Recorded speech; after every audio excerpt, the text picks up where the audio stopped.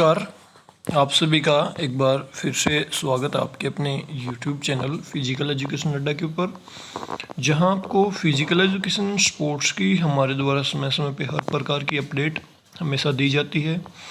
तो एक बड़ी जो है रिक्रूटमेंट का नोटिस आया है। रिक्रूटमेंट तो नहीं कहूँगा, एक स्क्रीनिंग एग्ज़ाम होता है। जितने भी आर्मी स्कूल होते हैं ना, उनका हर साल एक स्क्रीनिंग एग्ज़ाम होता है। और फिर क्या होता है, ओवरऑल जो पूरे साल आर्मी स्कूल में रिक्रूटमेंट आती हैं, तो उस एग्ज़ाम के बेसिस पे फिर इंटरव्यू होते हैं। तो उसी कड़ी में army APS army public school की तरफ से जो है एक नोटिफिकेशन आया है, जहाँ पे आप स्क्रीनिंग एग्ज़ाम के लिए अपना फॉर्म अप्लाई कर सकते हो। लगभग 8000 वैकेंसीज जो है 137 आर्मी पब्लिक स्कूल में PRT TGT PGT लेवल की हैं। और समय समय पे यहाँ पे जो है पूरे साल इंटरव्यू निकलते रहते हैं, क्योंकि बहुत ही ज़्यादा मात्रा में टीचर यहाँ से हर साल जॉब छोड़ के दूसरे डिपार्टमेंट में जाते हैं, दूसरे एजुकेशनल बोर्ड्स में जाते हैं। जैसे DSSB हरियाणा में आ गया, कोई राजस्थान, मतलब होम स्टेट में चले जाते हैं तो उसको छोड़ देते हैं। तो समय समय पे यहाँ पे रिक्रूटमेंट निकलती रहती है। तो अभी जो है स्क्रीनिंग एग्ज़ाम के लिए नोटिफिकेशन आया है, और मैं पूरी जानकारी आपको देने वाला हूं। PGT TGT PRT लेवल की, तीनों ही लेवल की, किस प्रकार से एग्ज़ाम कब होगा आपका, कब आप फॉर्म अप्लाई कर सकते हो, उसके बाद सिलेक्शन प्रोसेस क्या रहती है, पूरी जानकारी इस वीडियो में देंगे। उससे पहले बता दूं कि अगर आप फिजिकल एजुकेशन से जुड़े हो या स्पोर्ट्स से जुड़े हो, एजुकेशन से जुड़े हो और चाहते हैं कि हर प्रकार की रिक्रूटमेंट की जानकारी आपको मिले, हर भर्ती की जानकारी आपको मिले, तो चैनल को सब्सक्राइब करके बेल आइकन को प्रेस कर लेना, क्योंकि यहाँ पे आपको हर रिक्रूटमेंट का नोटिफिकेशन की सबसे पहले जानकारी दी जाती है। तो यहाँ पे सिलेक्शन प्रोसेस की हम बात कर लें कि क्या सिलेक्शन प्रोसेस यहाँ पे रहता है आर्मी पब्लिक स्कूल में। तो मैंने बताया कि लगभग 137 स्कूल हैं और 8000 वैकेंसीज हैं।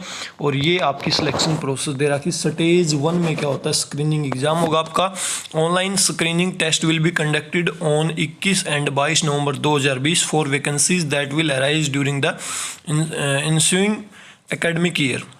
This shall be conducted online by an agency identified by headquarter AWES Central. The ensure uniform quality of teachers in all army public school. Those who qualify in this stage will be given a score card. मतलब जैसे net का हमारा certificate आता है, state का आता है ना, उसी प्रकार से एक स्कोर कार्ड आपको इश्यू किया जाएगा।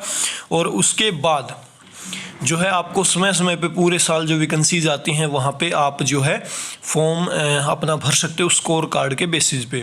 ठीक है, score card will be make candidate eligible to appear in the remaining stage of the selection process. मतलब साल के दौरान किसी भी आर्मी पब्लिक स्कूल में कोई रिक्रूटमेंट आती है, तो आप उसी स्कोर कार्ड के बेसिस पे वहाँ पे जो है अपना जो है फॉर्म अप्लाई कर सकते हो।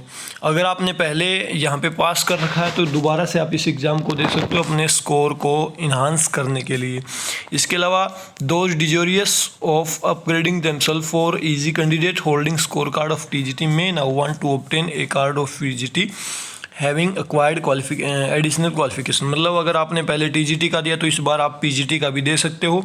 ठीक है, इसके बाद यहाँ पे है, please note that holding A score card by it self does not initially you to an appoint as teacher in army public school. It only renders you eligible for stage 2 and 3 of the selection process. मतलब पहली stage है।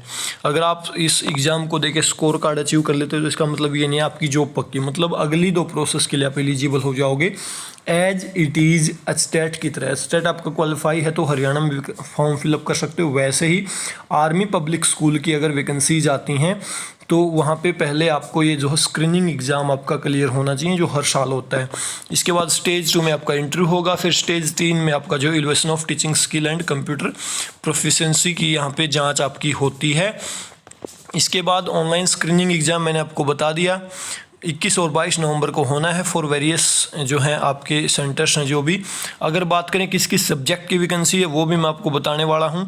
और आपका education qualification क्या रहेगा, लगभग सारे ही post हैं भाई, PGT TGT के जितने भी सब्जेक्ट हैं, PRT सभी यहाँ पे दिए गए हैं। और यहाँ पे क्वालिफिकेशन जो बताई गई है, पोस्ट ग्रेजुएशन आपकी पीजीटी हो कंसर्न सब्जेक्ट में, इसी प्रकार TGT graduation with subject concern, BEd आपके पास हो, पीआरटी ग्रेजुएशन, इसके अलावा 2 year diploma in elementary education आपके पास हो। और मार्क्स जो है यहाँ पे क्राइटेरिया जो है बता रखा है अलग अलग, देख सकते हो आप। 50% मार्क्स यहाँ पे कंपलसरी होने चाहिए। और इसके बाद जो है यहाँ पे दे रखा है a post graduate with less than 50% marks in graduation but more than 50% marks in post graduation with subject applied for shall also be eligible. इसके बाद है एज क्या रहेगी आपकी। एज आपको, आपकी जो एज देखी जाएगी वो 21 अप्रैल के अकॉर्डिंग जो है देखी जाएगी। 1 अप्रैल 2021 के अकॉर्डिंग। फ्रेश कैंडिडेट अगर आप हैं तो आप जो है 40 ईयर से बिलो जो है होने चाहिए।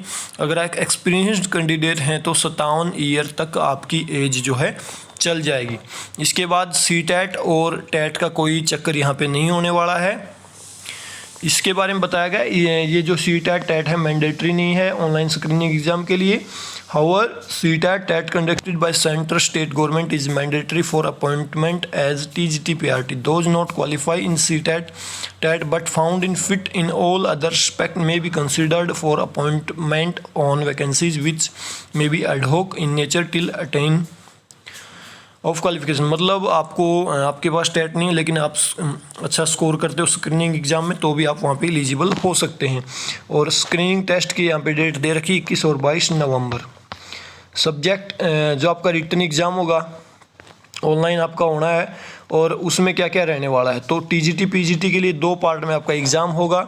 जर्नल अवेयरनेस, जो जर्नल हमारा पेपर होगा उसमें ये चीज़ें जो हैं शामिल रहेंगी, आप देख सकते हो। जर्नल अवेयरनेस होगी, मेंटल एबिलिटी होगी, इंग्लिश कंप्रीहेंशन हो गया, एजुकेशनल कंसेप्ट हो गया, मेथोडोलॉजी होगी, इंक्लूसिव एजुकेशन होगी, आईटी। और इसके बाद 90 मार्क्स का आपका सब्जेक्ट स्पेसिफिक आपका जो भी सब्जेक्ट है। इसके अलावा यहाँ पे कुछ एक सब्जेक्ट के बारे में अलग से भी बताया गया है कि इनके बारे में आप इसको भी पढ़ सकते हो। और इसके बाद पीआरटी में क्या रहने वाला है, पीआरटी में 90 मार्क्स का ही पेपर होना है ओनली, और इसमें सिर्फ 1 पेपर होगा। और आप टीजीटी पीजीटी में आपके 2 पेपर होने हैं, दोनों के बारे में डिटेल यहाँ पे दी गई है। मैक्सिमम 180 मिनट का यहाँ पे आपको समय दिया जाएगा। इसके बाद स्कोर जो है आपका नॉर्मलाइज किया जाएगा 100 के अकॉर्डिंग, ठीक है, परसेंटाइल निकाल के। और वहाँ पे जो आपकी नेगेटिव मार्किंग भी रहने वाली है।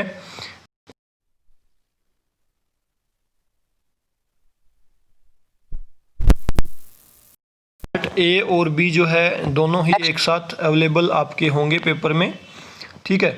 इसके बाद जो है qualify candidate must score minimum 50% in each marks each part. मतलब दोनों जो टीजीटी पीजीटी में आपके पार्ट हैं कम से कम 50% मार्क्स आपको दोनों पार्ट में लेने हैं।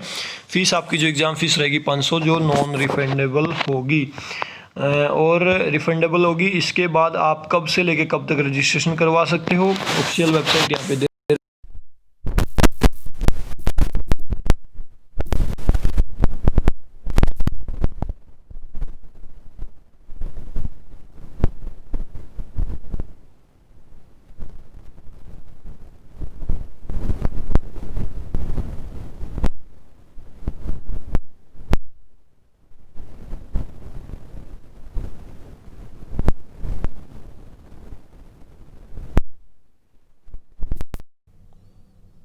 तो 1 अक्टूबर से 20 अक्टूबर तक आप रजिस्ट्रेशन कर सकते हो। ये सारी जानकारी आप जब फॉर्म अप्लाई करोगे वहाँ पे भी आपको जो है मिल जाएगी। इसके अलावा जो सब्जेक्ट आपके रहने वाले हैं मैंने आपको बता दिया। एडमिट कार्ड आपके जो है 4 नवंबर को आपको मिल जाएंगे। इसके अलावा जो आपका रहने वाला है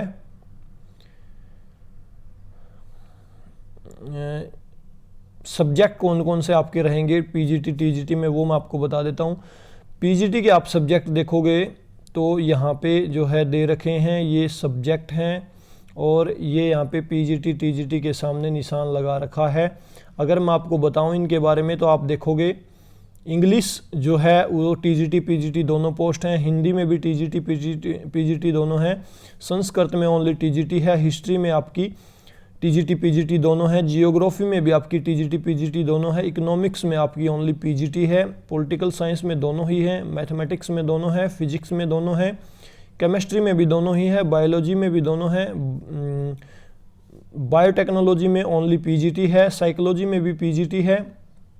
कॉमर्स में भी पीजीटी है। कंप्यूटर साइंस इंफॉर्मेटिक्स में ओनली पीजीटी है। होम साइंस में कंप्यूटर साइंस और इंफॉर्मेटिक्स में दोनों ही हैं। और आपका जो है होम साइंस में यहाँ पे रहने वाला है ओनली पीजीटी। फिजिकल एजुकेशन में हमारी सबसे अच्छी बात है कि दोनों ही पोस्टें यहाँ पे अवेलेबल हैं। दोनों के लिए आप यहाँ पे अप्लाई कर सकते हो। और यहाँ पे एजुकेशन क्वालिफिकेशन बता रखी है फॉर पीजीटी, अलग अलग यहाँ पे बता रखी है। आपके पास जो है बीएड होनी चाहिए विद मास्टर, जो डिग्री आपकी जिस भी सब्जेक्ट में वो होनी चाहिए। और मैं फिजिकल एजुकेशन के लिए स्पेशली आपको बताऊं तो only master degree in physical education.